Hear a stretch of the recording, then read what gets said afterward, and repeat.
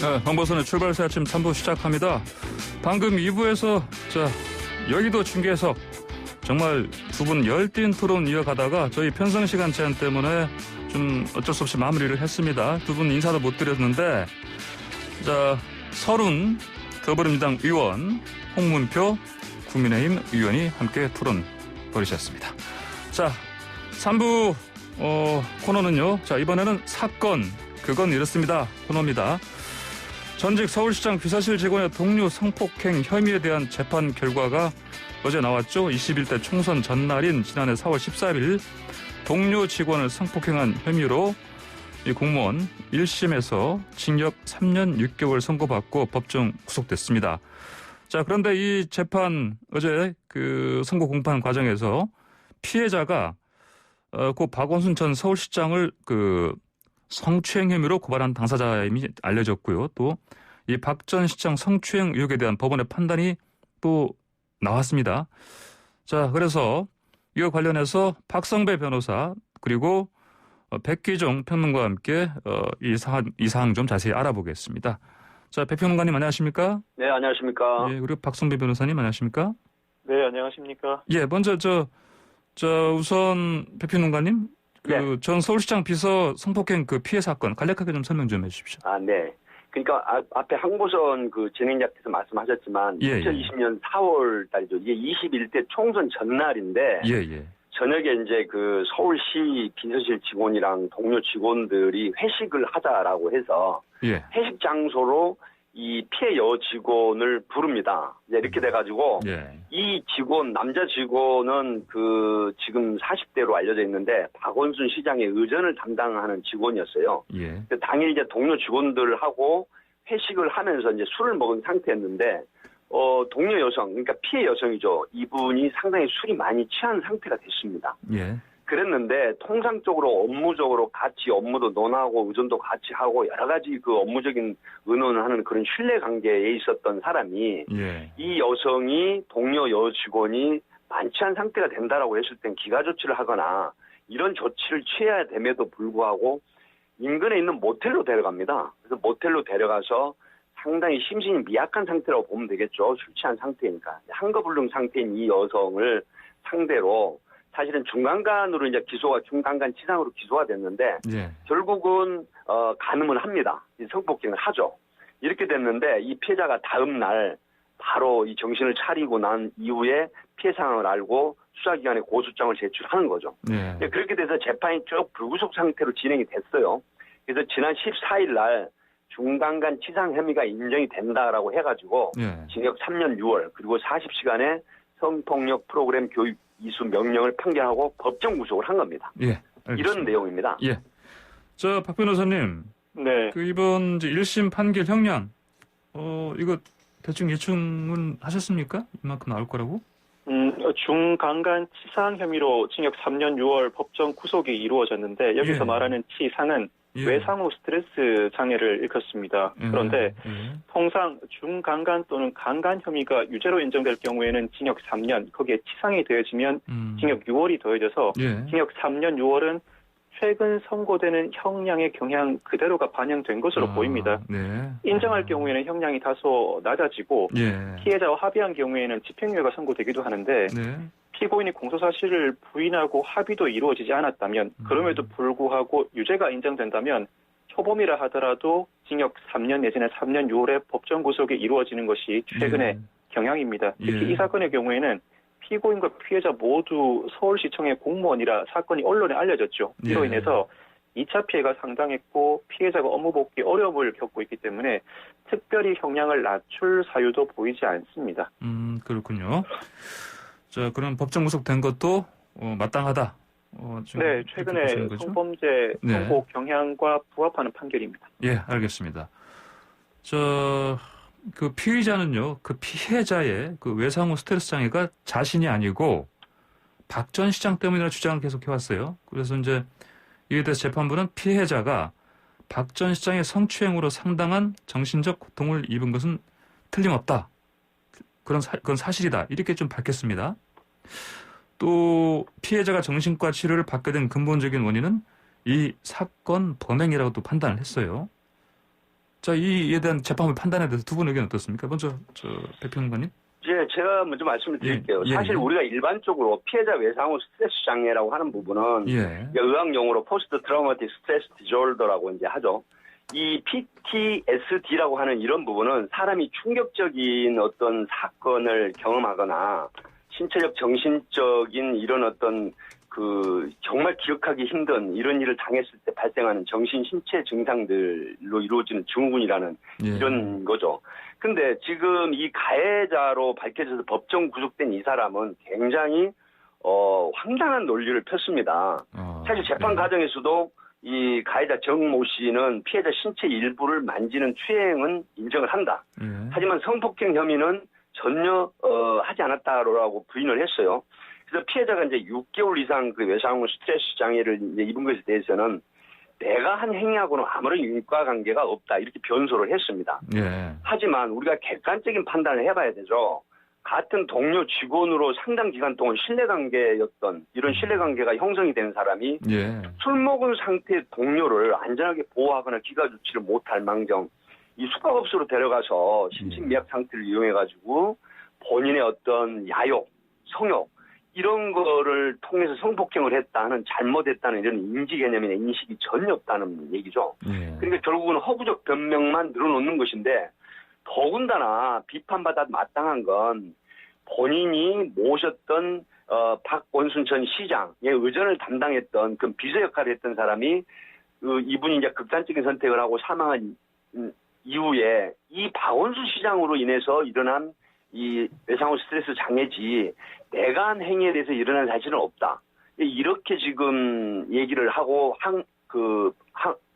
소위 말하는 변소를 하는 건데 항변하는 건데 이거는 보면은 피해자에게 어떤 인간의 본성을 근본서부터 불신하게 만들어버리고 자신도 반성하지 못하고 또 정말 화가 나는 건 가벼운 처벌을 받겠다는 극단적인 이기적 심리란 말이죠. 근데 결국은 자신의 상사한테 모든 잘못을 떠넘기는 이런 것은 정말로 황당한 개념 없는 정말 그런 어떤 극단적인 인식이다 이런 생각이 듭니다. 아마 말씀하신 것처럼 아무래도 검찰에서도 이제 징역을 8년 구형했지 않습니까? 그렇죠? 네, 징역 8년 구형했었죠. 이것도 그러면 이제 백평론가님이랑 같은 그런 이제 그 죄질이 나쁘다. 그리고 반성하지 않는다. 이런 차원에서 구형한 것 같은데 어떻습니까? 아까 박 변호사님께서는 이제 이 정도 형량은 요즘 추세를 봐서는 뭐 예상하셨다 말씀하셨는데 더 이제 약간 징역 3년 6개월이 아니고 더 높은 형량을 선고할 가능성은 없었습니까? 이 사건의 경우에 이 피고인이 전과는 없는 것으로 나와 있습니다. 전과는 없네요. 공정 전과가 없는 상태에서 중간간치상의 징역 3년 6월은 적절한 형량으로 보이고 현재까지의 양형 기준에 비추어 보아도 실무상 재판부의 판결 선고 경향에 비추어 보아도 이보다 높은 형량이 선고될 가능성은 다소 낮아 보이긴 합니다. 그런데 이 사건의 경우에는 이 피고인이 잠깐만요. 변호사님 지금 통화 음질이 좀 안 좋은데 약간 방향을 바꿔보시겠습니까? 이렇게. 죄송합니다. 말씀해 보십시오. 이 사건의 경우에는 피고인이 자신이 아니라 박 전 시장으로 인해서 피해자가 외상후 스트레스 장애를 겪게 된 것이다라고 주장을 하고 있죠. 그런데 피해자가 외상후 스트레스 장애를 겪게 된 근본적인 원인이 어디에 있는지는 사건의 경위나 피해자의 진술뿐만 아니라 병원 상담 기록과 심리평가 보고서도 그 근본 자료로 조사를 해 나갑니다. 실제로 이 사건에서 피해자는 범행 이후에 병원에서 상담을 받은 바가 있고 수사 단계 또 재판 단계에서 피해자의 상태를 확인하고 그 피해자 지원 여부를 가리기 위해서 심리평가도 진행을 해 나가는데 이 두 자료를 통해서 재판부가 판단할 때는 박 전 시장보다는 오랫동안 신뢰해왔던 피고인으로부터 피해를 입은 데 대해서 배신감과 수치심이 상당히 많이 들었던 점이 인정된다는 혐의로 이 사건의 외상후 스트레스 장애는 피고인의 행위로 인한 것이다라고 판단을 합니다. 즉 나름대로 단순 피해자의 주장이 아니라 그동안의 객관적인 증거자료 굳이 거짓말을 할 필요가 없는 피해자가 심리평가 과정에서 진술하게 진술했던 그 내용을 바탕으로 판단했기 때문에 이 혐의도 벗어나기는 어렵지 않을까 싶습니다. 알겠습니다. 박 변호사님 지금 통화 음질이 안 좋아 잠깐 전화를 좀 끊었다 다시 한번 연결을 할게요. 그리고 자, 다음 질문 드리겠습니다. 일단 백평론가님, 네네. 자, 재판부 설명을 보면 피해자가 고 박원순 전 서울시장으로부터 성추행 당한 사실, 네, 인정한 것으로 좀 보입니다. 그렇죠? 네, 이게 이제 그 피해자가 동료 직원의 성폭행 발생 사건 이후에 이제 이분이 지난해 5월부터 정신과 상담 약물 치료를 받은 걸로 지금 알려지고 있습니다. 예. 그래서 이제 작년 11월까지 계속 치료를 받았던 이런 부분들을 이제 그 진술을 했던 게 이제 그 공소장이라든가 재판부에 다 밝혀졌는데요. 예. 이 병원 진술 내용을 참고해서 보면 작년 5월, 2020년 5월부터 박 전 시장의 성추행 사실을 사실 자기가 경험치에 대한 진술을 하기 시작했어요. 예. 근데 주요 피해 사실이 뭐냐면 박원순 전 시장 밑에서 일한 지 1년 6개월 정도 되는 때부터 성희롱격의 야한 문자, 이런 게 오기 시작을 했고요. 그다음에 속옷 차림의 사진을 전송을 합니다. 또 뭐 그 냄새를 맡고 싶다. 이제 냄새를 맡고 싶다라고 하는 부분은 여러 가지 그 추측이 되지만 소위 말하면 그 피해 여성 그 비서실 직원의 뭐 살결이라든가 이런 걸 연상시키는 형태로 냄새를 맡고 싶다. 그리고 이제 너의 사진을 좀 보내달라. 이런 이제 문자 요구를 받았다라고 진술이 돼 있어요. 그리고 19년 1월경에 이런 걸 이제 하소연을 해서 타 부서로 이동을 합니다. 그런데 2019년 2월 달에 너가 남자를 너무 모르니 내가 좀 알려주겠다. 이런 또 섹스를 알려주겠다. 이런 성관계식의 이야기를 여러 차례 했다는 식의 진술이 이제 되고 있습니다. 근데 이걸 법정에서 재판부에서 인정을 한 거예요. 그래서 피해자의 정신적 피해가 크다. 그래서 박 시장의 성범죄를 인정을 하는 판시를 한 것인데 사실 그 피해자 쪽 김재련 변호사 쪽에서는 경찰이 작년 12월 달에 박원순 시장이 7월 달에 극단적인 선택을 했잖아요. 그래서 쭉 TF팀을 만들어서 수사를 했는데 12월 달에 피의자가 사망을 하면 공소권 없음 불기소 의견으로 송치를 합니다. 그리고 이제 그 그러니까 피의자의 인권이라든가 이런 것 때문에 수사 내용을 발표할 수 없다라고 해서 굉장히 그 뭐 여성 단체라든가 사회적으로 좀 비판을 많이 받았었는데 법정에서 재판관이 이런 얘기를 해주니까 너무 피해자에 대한 위로라든가 여러 가지 측면에서 긍정적이다 하고 환영을 하는 이런 내용도 있었죠. 예, 그렇군요. 자, 박 변호사님 전화 연결 다시 됐습니까? 네네. 예. 지금 문제 괜찮네요. 네. 박 변호사님 의견은 좀 어떻습니까? 아이러니하게도 박 전 시장에 대해서는 사망으로 인해 성범죄 공소권 없음을 처분을 할 수밖에 없는데 전 서울시장 비서실 직원이 이 피해자의 외상후 스트레스 장애는 자신 때문이 아니라 박 전 시장의 지속적인 성추행 때문이라고 주장을 하니까 재판부 입장에서는 박 전 시장의 성추행 여부를 판단할 수밖에 없는 상황에 이르렀습니다. 결국 박 전 시장의 성추행을 전제 사실로 적시하면서 향후 검찰 수사에도 일정 부분 영향을 미치게 되는 상황에 이르렀습니다. 검찰은 박 전 시장 참모들의 방조 혐의에 대해서 수사를 진행해 나가고 있죠. 이 검찰은 자체적으로도 수사를 진행해 나가겠지만 이 판결 그리고 이 판결의 근거가 된 자료들 그리고 이 사건에서 피고인의 주장과 피고인이 제출하는 증거도 아마 박 전 시장 참모들 공범 수사에 중요한 참고 자료로 활용할 것으로 보이고 말씀드렸던 것처럼 박 전 시장 참모들은 이 방조 혐의에 대해서 자신들이 적극적으로 진술을 하지 않고 있는데 일부에서나마 적극적인 진술이 나온 상황이기 때문에 경찰의 결론과 달리 나올 가능성이 조금 더 높아졌다고 평가할 수 있을 것 같습니다. 그렇군요. 예, 알겠습니다. 자, 이렇게 뭐 고위공직자 정치인 성추문 계속되고 있고 얼마 전에는 그 김병욱 국민의힘 의원이 이제 성폭행 의혹을 이제 어느 한 유튜브 방송에서 제기하니까 바로 탈당을 했습니다. 근데 이제 물론 그 이후에 김 의원은 뭐 절대 전혀 아니다라고 분명히 얘기를 했고 그다음에 이제 피해자로 지목됐던 분도 그런 일이 없다 이런 얘기를 하긴 했습니다만 자 끊이지 않고 지금 뭐 이런 성범죄 뭐 정치권 뭐 고위공직자 관련해서 나오고 있습니다. 왜 이렇게 자꾸 이쪽에서만 이렇게 나오는 겁니까? 여기서만 이런 게 발생하는 겁니까? 어떻게 봐야 되겠습니까? 제가 좀 말씀을 드리면요. 사실 그 굉장히 큰 사건이 있었죠.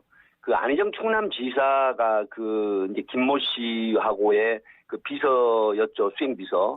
그 관계에서 사실 이게 이제 그 소가 제기되면서 1심에서는 어떻게 됐어요? 무죄를 받은 상태였잖아요. 예. 근데 항소심에서는 뭐가 됐습니까? 성인지 감수성이 그 적용이 되면서 3년 6월에 징역형을 선고받아서 이제 구속이 됐었던 건데요. 예. 사실은 일부에서 얘기하는 어떤 그 특권 의식 계층, 소위 말하는 매너즘 빠지고 상대방을 존중도가 희박한 이런 부분들인데 이 성별 간의 불균형 형태를 이해하지 못하는 이런 지식을 또 갖지 못하는 이런 게 있고요. 일상생활 속에서 사실 성차별적 요소를 감지해내는 어떤 민감성 이런 부분들이 굉장히 취약하다고 봅니다. 왜 그러냐면 특권의식을 가지고 있는 사람은 내가 주변에 있는 사람들에게 상당한 대우를 받습니다. 예. 그렇기 때문에 뭐 경제계 사실은 CEO라든가 어떤 권력형 자리에 있는 이런 분들이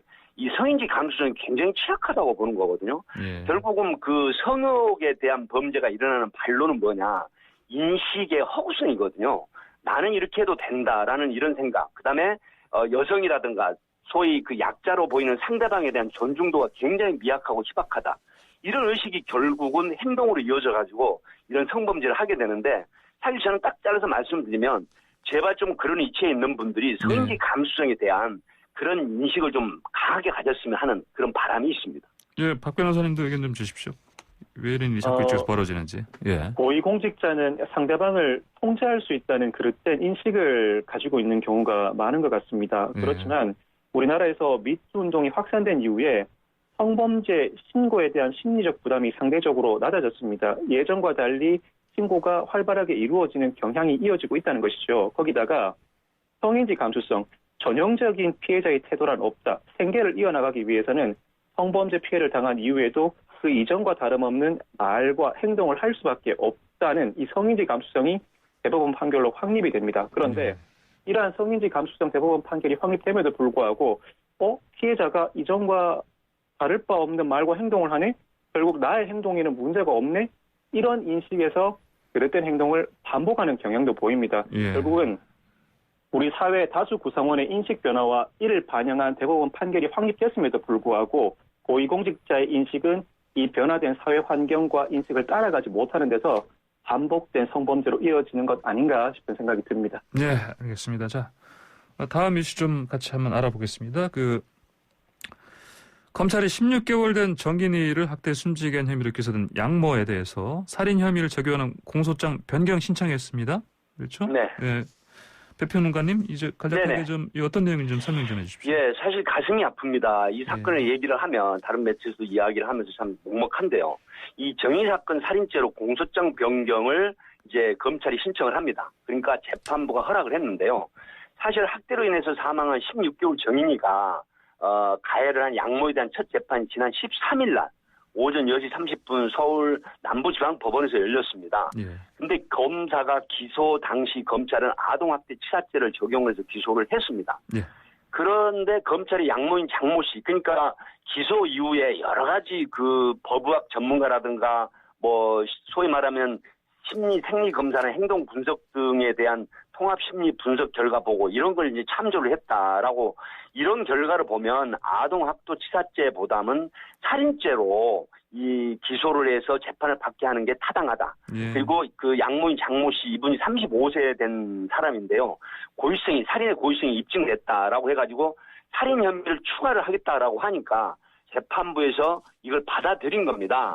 그러니까 검찰이 살인죄로 공소장 변경을 하겠다는 근거가 뭐냐면 법의학자들에게서 받은 살인의 의도가 있다. 소위 말하면 정인이가 사망할 가능성을 인지했다라고 하는 유명 결과라고 하는 건데 이런 게 앞에서 제가 말씀드린 그런 것들에서 나왔는데 제가 여기서 잠깐 좀 소개를 할 건 뭐냐면요.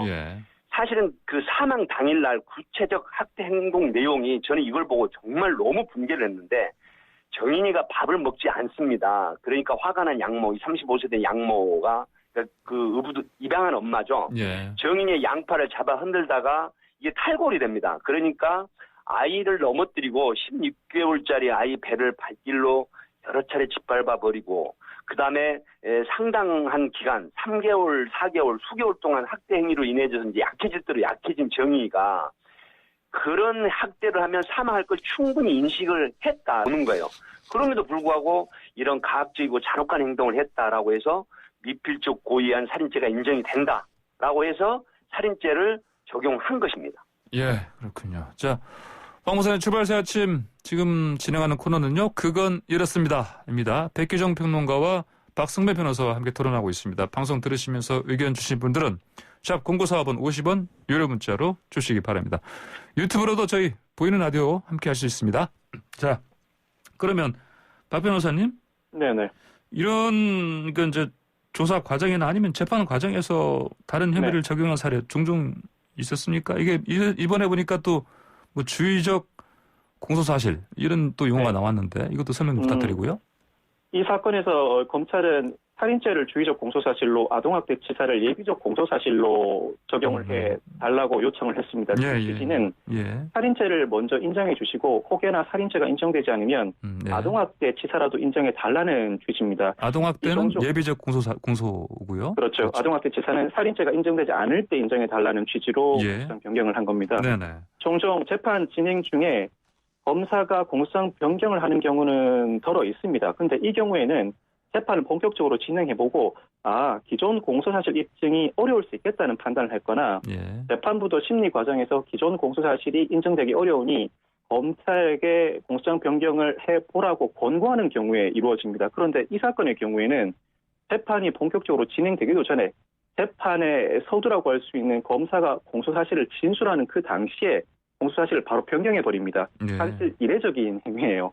결국은 이 들끓는 국민적인 여론과 이 기소를 한 이후에 사실 검사는 10일 내지는 20일의 구속기간이라는 수사기간 제한이 있습니다. 일단 기소를 해준 상태였지만 추가로 수사를 이어나가는 과정에서 의료계가 적극적으로 그 의견을 편출했죠. 그리고 여론과 의료계의 의견을 재빨리 받아들여서 검찰이 재판 시작부터 공소장 변경을 한 이례적인 상황이 연출됐다고 평가하시면 될 것 같습니다. 예, 알겠습니다. 자, 이제 검찰은 그 사망 원인으로 복부에 가해진 그 외력에 인한 췌장 파열을 지목했고요. 근데 이제 양모가 사망할 가능성을 알면서도 멈추지 않았다. 미필적 고의한 살인. 이거로 사실은 이제 지금 그 주의적 공소 사실을 올린 것 같은데 이런 판단에 어떤 요소들이 고려됐다 이렇게 볼 수 있겠습니까, 백 변호사님? 예, 제가 조금 소개를 드리면요. 정인이의 췌장 파열이라는 이런 보도가 많이 됐잖아요. 정인이의 그 소위 말하면은 CT 컴퓨터 단층 촬영이나 X선 검사 결과가 이제 나와가지고 췌장 파열이 됐다는 게 이제 입증이 되고 뭐 부검 결과에도 나왔는데요.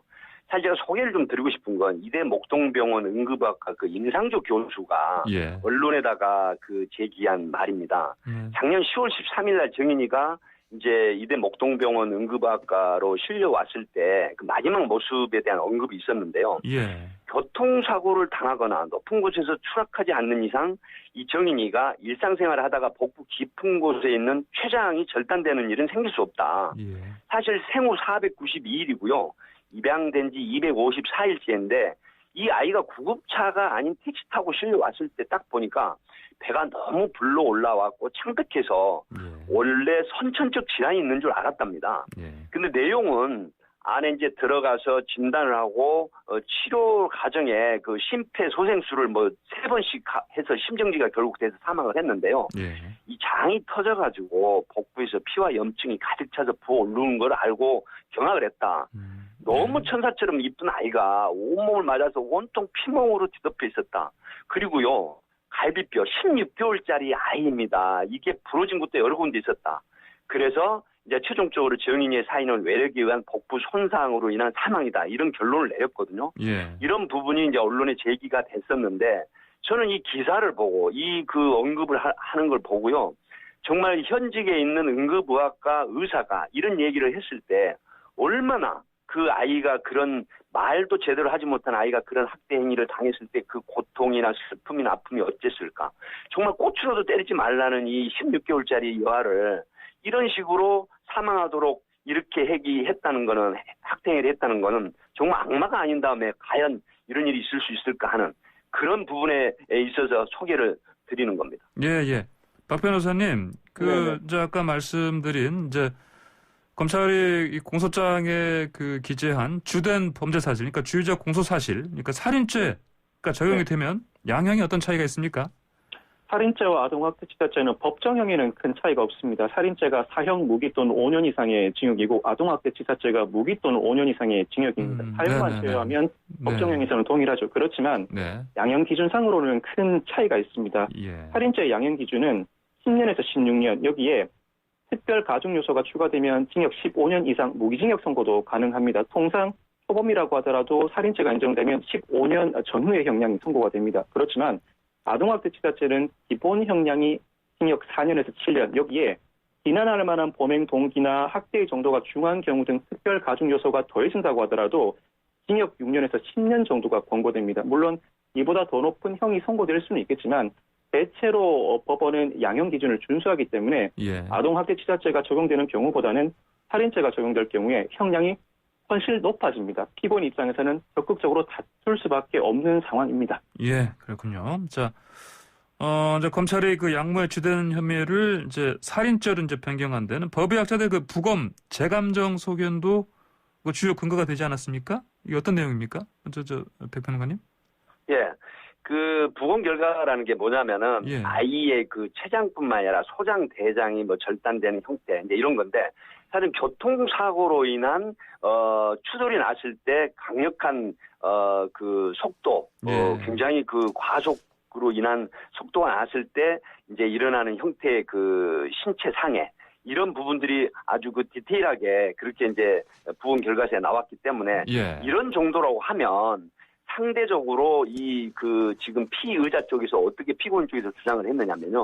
아이를 안고 있다가 떨어뜨렸다. 그리고 아이가 걸음마를 배우면서 걸어 다니다가 넘어지는 상태에서 이 상처를 입었다라고 이렇게 지금 변소를 했거든요. 이런 항변을 했는데 이게 법의학 측면에서 부검 결과로 보면 이것은 외력에 의한 중증으로 인한 사망 이런 결과가 나왔습니다. 그래서 16개월짜리 아이에게 대해서 외력이 아주 강력하게 이루어진 형태의 이 상해다, 상처다. 그리고 소장, 대장, 췌장이 절단이다. 이런 형태가 이제 그 인증이 됐기 때문에 이런 부분으로 인해서 결국 살인죄를 기소할 수 있는 단초나 근거가 됐다. 이렇게 보는 겁니다. 예, 알겠습니다. 자, 사건 실체를 깊게 들여다보는 사건 인법. 오늘 두 분 말씀 여기까지 듣겠습니다. 감사합니다. 네, 감사합니다. 네, 박승배 변호사, 백규정 평론가와 함께했습니다. 네, 황보선의 출발 자세 아침 3부 마칩니다. 잠시 뒤 4부에서는요. 문재인 대통령의 핵심 측근으로 꼽히죠. 최근 북한 김정은 국무위원장의 연내 답방서를 띄우고 있는 윤건현 의원 연결해서 자세한 얘기 들어보겠습니다. 네, 황보선의 출발새 아침 4부 시작합니다. 자, 여당 쪽에서 북한 김정은 국무위원장 연내 답방서를 계속 띄우고 있습니다. 문재인 대통령의 핵심 측근이죠. 민주당의 윤건현 의원 전화로 연결해서 이 답방서를 띄우신 그 배경 좀 이유 좀 알아보겠습니다. 윤 의원님 안녕하십니까? 네, 안녕하세요. 윤건영입니다. 예, 윤 의원님 답방서 이제 인터뷰 내용 보니까 올해 반드시 김정은 위원장이 답방해야 한다 이렇게 말씀하신 걸 제가 들었습니다. 네네. 왜 올해 반드시 해야 된다 생각하십니까?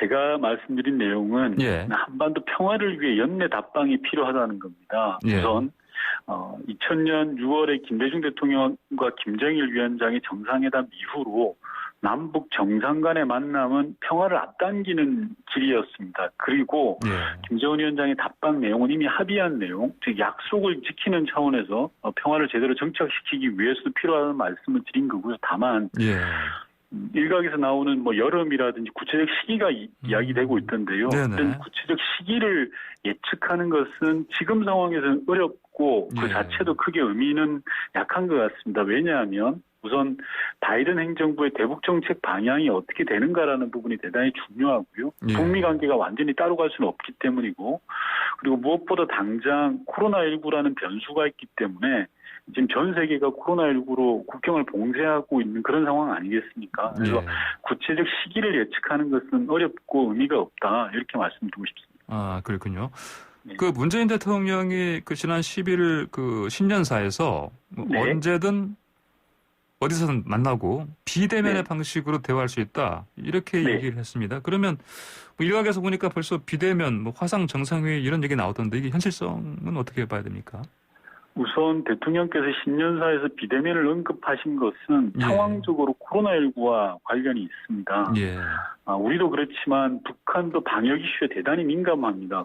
국경 지역을 벌써 1년째 꽁꽁 봉쇄하고 있는 그런 상황이거든요. 그리고 이제 전 세계적으로도 보면 비대면 방식의 정상회의가 계속 개최되고 있지 않습니까? 작년 연말에 있었던 G20 정상회의, 에이펙 정상회의 모두가 화상으로 했습니다. 따라서 남과 북도 마찬가지라고 보는데요. 핵심은 방식에 구애받지 말자는 제안인 것 같고요. 직접 만날 수 없다면 비대면으로라도 대화를 하자라는 것이고 어찌되었든 대통령 임기 중에 한반도 평화정착에 일정한 매듭을 짓고자라는 그런 의지가 반영된 거 아닌가 그런 생각을 합니다. 그런데 보니까요. 이제 신년사, 대통령 신년사 나온 다음에 통일부가 그 이튿날이죠. 12일에 조달청 통해서 남북회담 영상회의실 구축 사업 추진 이런 제목의 긴급 입찰 공고를 냈어요. 네네. 이게 구체적으로 준비를 하고 있는 거 아닌가 이런 신호로도 좀 읽을 수 있지 않겠습니까? 아닙니다. 통일부가 입찰 공고한 내용은 지난 가을에 정기국회 때 저희 국회에서 예산 심의한 내용입니다. 통일부 또한 마찬가지로 이 코로나19 상황이 언제까지 지속될지 모르는 상황에서 비대면 방식의 남북 대화를 준비해 놓자라는 차원에서 예산을 세웠던 거고 그 예산을 집행한 것입니다. 그렇군요. 그러면은 이게 뭐 대통령 신년사를 통해서 아니면 이제 최근에 이제 윤 의원께서 말씀하신 답방설 얘기 나오니까 이게 발맞춰서 같이 속전속결로 하는 거는 아닌 것으로 봐야 되겠네요. 그러면 그거는 아닌 걸로 봐야 됩니다. 별도의 얘기다. 알겠습니다. 윤 의원님은 이제 뭐 자주 그 문재인 대통령의 핵심 측근으로 꼽힙니다. 그래서 사실은 지금 답방설 말씀하셨을 때에도 뭔가 좀 의중을 읽으시고 그러신 거 아닌가? 아니면 또 그 실제로 지금 뭐 진행되는 어떤 실마리가 있지 않나? 이런 또 추측들도 나오고 있는데요. 어떻습니까? 남북 관계에서 혹시라도 그런 실마리가 있다 그러면 제가 말씀드리면 안 되는 것 같고요. 그렇죠. 이 남북 관계라는 게 민감 사안입니다. 따라서 보안이라는 게 대단히 유지될 필요가 있고 그리고 또 제가 지금 현재는 청와대에 있지 않기 때문에 그런 내용을 알 수 있는 위치에 있지도 않은 그런 상황입니다. 그러시군요. 자, 그러면 그 지난 2018년 이제 벌써 3년 됐네요. 남북 정상 간의 그 지통전화 개설 때 관련 업무를 그때 맡으셨지 않습니까? 그리고 그 당시 판문점 정상회담도 성사시킨 주역으로 꼽히시고요. 그러면 그 당시에는 물밑에서 주율 어떻게 하셨는지 좀 듣고 싶습니다. 그 남북 정상회담 실무 준비를 제가 했습니다. 물밑에서 이루어지는 조율 문제라는 게 대단히 이 민감 영역입니다. 일종의 비공개 사안이어서요. 이걸 공개하기는 어렵습니다만 당시 상황을 대략적으로 알려드리면 정상 간의 큰 틀에서 합의를 기반으로 실무적으로 세부 내용을 조율하고 추진했다 이렇게 말씀드릴 수 있는데요. 즉 문재인 대통령과 김정은 위원장의 나름의 신뢰관계 속에서 큰 틀의 방향을 정하고 그 방향성을 가지고 실무 협의를 해들어갔다 이렇게 보시면 될 것 같습니다. 그러시군요. 그러면은 이게 답방설은 지금까지는 정말 그대로 설입니다. 그런데 이게 현실화 할 가능성은 어떻게 되다 보십니까? 저는 현실화 여부를 떠나서 당위론적으로 한반도 평화를 위해서는 반드시 필요하다라는 말씀을 드리고 싶습니다. 당위론 차원에서요? 김정은 위원장이 답방을 하게 되면 저는 남북관계 한반도 평화가 상당한 진전이 있을 거라고 생각합니다. 만나는 것만큼 더한 평화의 길은 없었거든요. 그렇군요. 알겠습니다. 자, 그런데 지금 그 북한이 그 핵 억제력 이거와 함께 병행하면서 군사를 강화하겠다. 또 이렇게 지금 김정은 북한 위원장이 밝혔습니다. 그러면은 또 어제 또 석 달 만에 이례적으로도 저녁에 대규모도 열병식이 있었고요. 근데 또 김여정 부부장이 최근에 담화를 통해서 이게 좀 표현이 제가 그대로 읽어도 될지 모르겠습니다. 남한을 특등 머저리라고 또 비판을 했습니다. 이런 발언들과 뭐 열병식 저녁에 한 거, 그다음에 김정은 위원장의 발언 이런 것들을 좀 전체적으로 어떻게 정리해서 좀 봐야 되겠습니까? 우선 열병식 같은 경우에는 북한의 당 대회가 끝이 난 이후에 해오던 행사들입니다. 이게 크게 예외적이라고 볼 수는 없고요. 우선 당 대회 전체를 좀 분석해 볼 필요가 있겠다 생각합니다. 디테일에 집중하지 말고 전체적인 맥락을 보면 이번 북한의 제8차 당 대회는 일종의 김정은 시대를 선포했다라고 생각합니다. 뭐냐고 하면 내용에 있어서는 이제까지 김정은 위원장은 유훈 정치를 많이 쫓았거든요. 손대 김정일 위원장이 어땠다, 김일성 주석이 어땠다 이랬던 건데 그런 내용이 상당히 약화되고 김정은 위원장의 내용을 선포했습니다. 일종의 3대 이념이라 그래서 당대회에서 공식 천명을 했고요. 사람에 있어서도 거의 전면적인 인적 교체를 단행을 했죠. 이전 시대 인물들은 퇴장하고 새로운 사람이 전면에 등장했습니다. 즉 김정은 시대의 새로운 개막을 알렸다라고 북한 자체적으로는 그렇게 아마 생각하는 행사일 것 같고요. 앞서 말씀하신 북한이 핵 억제력을 언급한 부분은 본질적으로 미국 바이든 행정부에 대한 메시지라고 봐야 됩니다. 강대강 기본 기조를 가지고 압박해 들어가는 겁니다. 정상 간의 약속대로 무력 시위는 하지 않지만 핵무기 개발을 계속하고 있다는 것을 보여줌으로써 북미 간의 협상의 레버리지를 높이겠다는 생각이고요. 일종의 저는 기선 제압용 메시지가 아닌가 싶습니다. 김여정 부부장의 발언은 남북 관계에 대해서는 큰 틀에서 보면 일정한 불만 표시들이 있었습니다. 약속이 이행되지 않는다라는 등이 있었지만 핵심은 대화의 여지를 열어두고 있는 겁니다. 그리고 이왕 하려면 좀 더 과감하게 하자라는 그런 요구를 속에 담고 있다고 생각하고 그런 점에서 볼 때 김여정 부부장의 담화는 일종의 역할을 좀 나눈 것 아닌가라는 생각이 있습니다. 그러면 김정은 위원장의 발언에서 우리 문 대통령의 어떤 역할을 더 기대하는 또는 주문하는 그런 행간의 어떤 뜻은 읽을 수는 없겠습니까? 저는 그렇게 읽을 수도 있긴 합니다만 중요한 건 지금 이번에 8차 당대회를 통해서 북한이 밝히고자 했던 건 한 줄로 요약하면 압박은 하겠지만 지켜보겠다. 요거거든요. 그래서 기본 큰 틀의 골격 구조는 바뀌지 않았습니다. 바이든 행정부가 대북 정책 기조를 정하기 전에 대화를 하자고 하기도 난감한 노릇이고 그리고 대화의 문을 닫기도 난감합니다. 그렇다고 양보할 수도 없고 굴복할 수도 없는 그런 상황이지 않겠습니까? 그런 상황들이 반영된 것으로 보면 되겠습니다. 알겠습니다. 자, 그러면 근데 이제 예상을 하셨는지 모르겠습니다만 야당에서는 국민의힘은 북한 8차 당대회에서 이제 김정은 위원장 그 핵 위협 거론하면서 정부의 대북 정책 실패한 거 아니냐 이렇게 지금 비판하고 있습니다. 야당의 공세들 어떻게 보십니까? 솔직히 말씀드려서 대꾸할 가치가 있는지 잘 모르겠습니다. 이 국민의힘이 집권했던 이명박 박근혜 정부에서 우리 국민들이 얼마나 불안에 떨었는지 다들 알고 계시지 않습니까? 지금 비록 남북 관계가 약간의 정체 국면에 있긴 합니다만 그 당시와 비교해보면 한반도 평화의 수준이 달라졌습니다. 문재인 정부가 출범하기 전만 하더라도요. 당시에 전쟁 위기라는 말들이 시중에 바다했고 심지어 우리 대한민국에서 미국인 철수 주장까지 논의되기도 했지 않습니까? 그리고 코리아 디스카운트라는 말이 경제성장의 발목을 잡았던 그런 시기인데 지금 어떻는지 비교해보면 저는 알 수 있다고 생각하는데요. 지금 우리가 전쟁 위기를 걱정하는 것도 아니고 그리고 군사적 충돌이 있는 것도 아닙니다. 게다가 문재인 정부가 아직 끝난 상황도 아니고요. 마지막까지 노력을 할 것이고 그런 점에서 저는 성과가 충분히 있다라고 생각을 하고 야당에서 실패 운운하는 것은 저는 솔직히 객관적인 평가라기보다는 좀 제발 실패했으면 그런 바람이 아닌가라는 생각도 듭니다. 알겠습니다. 자, 지금 조 바이든 비행정부가 지금 인도 국가안보회의, 인도 태평양 조정관 이 자리를 신설하고 이른바 또 보니까 언론에서는 아시아 차르라고 하던데 이 자리에 그 커트 캠벨 전 국무부 동아태 담당 차관보를 내정했습니다. 자, 이분이 이제 내정이 됐는데 앞으로 어떤 역할을 예상할 수 있을까요? 아직 공식 발표된 건 아닌 걸로 알고 있습니다만 커트 캠벨 전 차관보는 매우 전문가입니다. 일종의 중국 통이고요.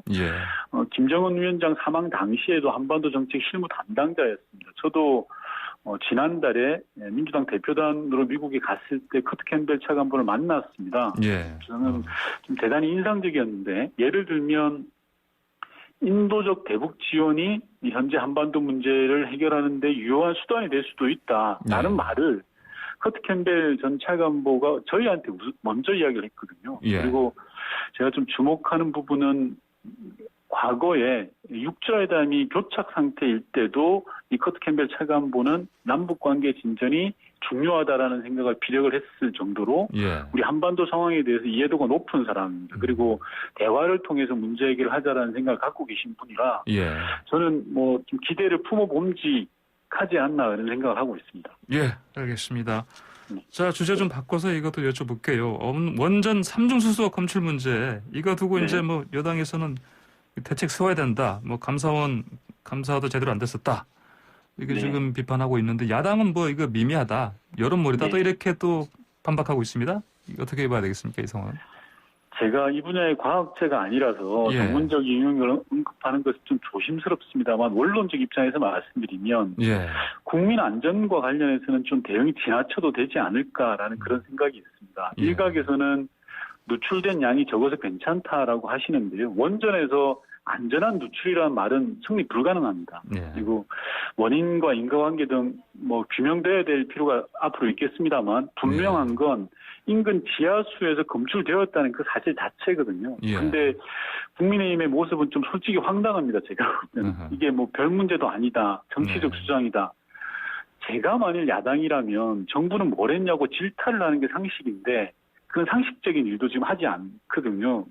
그런 상황들이 왜 그런가 보면 좀 스텝이 꼬였다라고 저는 생각을 합니다. 얼마 전까지는 이 월성 원전 폐쇄 정책이 잘못됐다라고 주장을 하시다가 이 노후한 원전에서 안전 문제가 확인되니까 입장을 바꾸기도 애매버린 그런 상황이 된 거죠.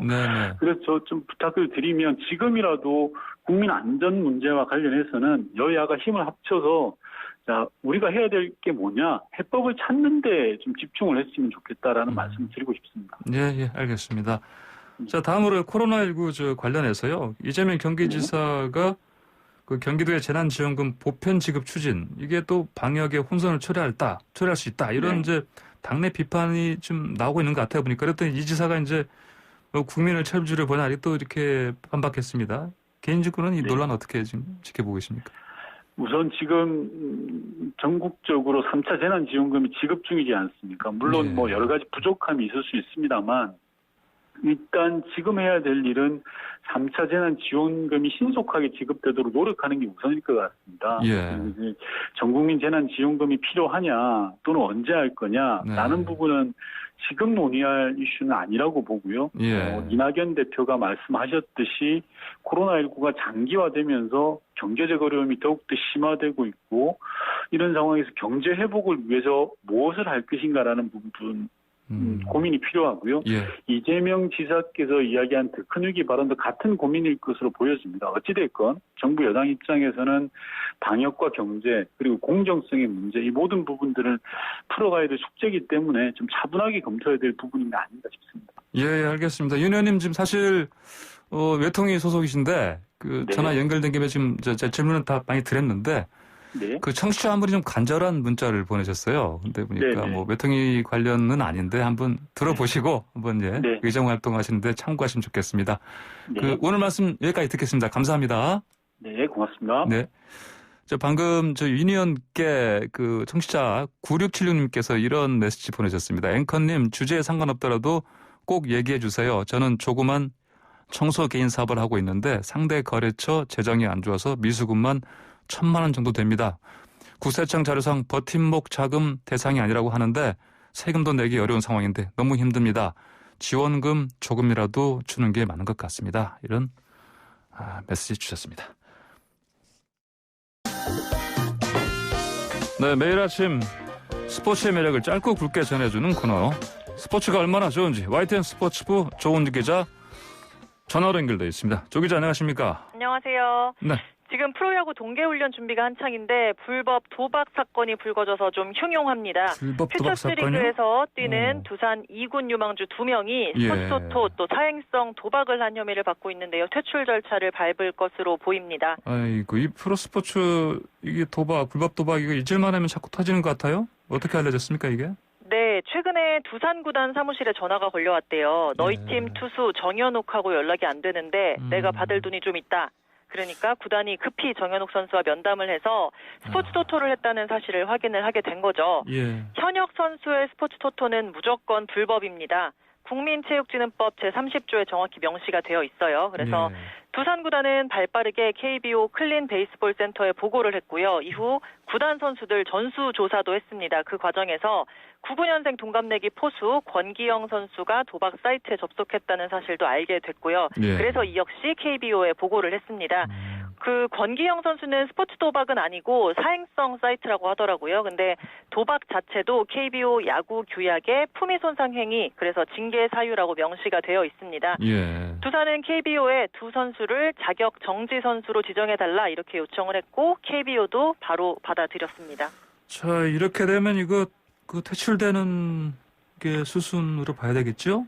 네, 수사당국의 조사를 봐야 될 것 같고요. 또 KBO 상벌위원회 개최도 해봐야 될 텐데 중징계 대상인 거는 확실해 보입니다. 그 정현욱 선수 같은 경우는 빠른 볼로 주목받았던 차세대 투수인데 구단 면담 내용을 보면 고등학교 때부터 스포츠 토토에 손을 댔다고 해요. 그래서 이걸 동료들끼리도 좀 알았는지 지금은 방출된 현재 군대에 가 있는 동료 선수가 그걸 협박하면서 돈을 요구한 적도 있다고 하고요. 사실 선수들 프로 입단할 때 부정방지 교육이라고 해서 교육도 받고요. 스포츠 토토나 승부 조작하지 않겠다 이런 서약서도 쓰거든요. 근데 대부분 선수가 초등학교 때부터 야구에 올인하고 또 꿈을 키워왔을 텐데 이런 검은 유혹의 혹독한 대가를 치르게 될 것 같습니다. 이 스포츠계가 이렇게 토토 문제에 민감할 수밖에 없는 게 이게 승패 맞추기로 단순하게 시작을 했다고 해도 결국에는 승부 조작 유혹까지 연결되기 때문이거든요. 이게 합법적 토토 보면 승무패 맞히는 정도, 일반인들도 그냥 용돈벌이 정도로 재밌게 할 수 있는데 불법 사이트 가면 첫 번째 볼넷, 첫 번째 스트라이크까지 다 배팅을 할 수 있기 때문에 까딱 잘못하면 승부 조작의 중심이 될 수도 있고 또 한 번 하게 되면 그걸 빌미로 더 심한 요구를 아예 정말 승부를 바꿔버리는 그런 요구까지 받게 됩니다. 그래서 앞서 다른 종목도 보면 목숨 끊은 선수들까지 있었는데 어쨌든 철저한 수사와 재발 방지책 마련이 역시 또 이번에도 필요해 보입니다. 네, 그렇군요. 자, 대한체육회장 선거 이제 초읽기죠? 네, 다음 주 월요일 선거라서 오늘 또 굳이 짚어보려고 합니다. 4명 후보 나왔고 소송전, 흑색선전으로 혼탁하다 이런 소식 꾸준히 전해드렸는데요. 어제 이종걸 후보 5선을 지낸 민주당 전 의원이 코로나19 여파로 생존 위기에 몰린 체육인들 위해 피해 보상금 1,000만 원씩을 지급하겠다 이런 공약을 내놨습니다. 이종걸 후보는 서울의 한 피트니스 클럽에서 기자회견을 열고 전시에 준하는 코로나19 환난에서는 사람을 살리는 게 먼저다. 체육인은 지원 대상이 아닌 피해 보상 대상이기 때문에 실질적 보상에 나서야 한다. 이렇게 밝혔습니다. 1,000만 원이면 지금 영업 금지당한 그 업종들 300만 원인데 1,000만 원씩 되는 돈을 어떻게 조달을 어떻게 한다는 건가요? 그렇죠. 일단 후보 측은 충분히 마련할 수 있다, 가능하다 이렇게 주장을 했습니다. 대한체육회에 등록된 20세 이상 선수와 지도자, 체육 종사자 등 수혜 대상이 한 10만 명 정도로 추산을 했고요. 올해 체육진흥공단 기금하고 문체부 채용 예산 또 각종 사업비랑 상품권 사업 이런 거 좀 줄이면 1조 원 거뜬히 마련할 수 있다 이렇게 주장을 했는데요. 다른 후보들 당장 발끈했죠. 연임에 도전하는 이기흥 후보는 코로나19 취약 가정에 주는 정부 지원금이 말씀하신 대로 최대 300만 원 수준인데 1,000만 원이라니 이거 현실성 있냐, 포퓰리즘이다 이렇게 얘기를 했고요. 유준상 후보도 체육계에 1,000만 원 주면 다른 그 종목들 관광 여행업계나 문화예술계 이런 데도 그만큼 줄 거냐, 돈은 당장 어디서 나오냐 하면서 회의적인 반응을 보였습니다. 막판 선거 상황 참 이렇고요. 새 후보 또 강신욱 후보까지 이 4명이 나섰는데 다음 주 월요일 오전 9시부터 오후 6시까지 체육인 지도자, 대의원 등등 해서 뽑힌 선거인단 2,170명 대상으로 온라인 투표로 진행이 될 예정입니다. 네, 알겠습니다. 오늘 말씀 여기까지 듣겠습니다. 감사합니다. 감사합니다. 네, 지금까지 YTN 스포츠부 조은지 기자였습니다. 네, 황보선의 출발 새 아침을 금요일 순서도 마칠 시간 됐습니다. 벌써 1월 절반이 지나가네요. 자, 지금 청취율 조사 기간입니다. 02로 시작되는 전화 오면 끊지 마시고요.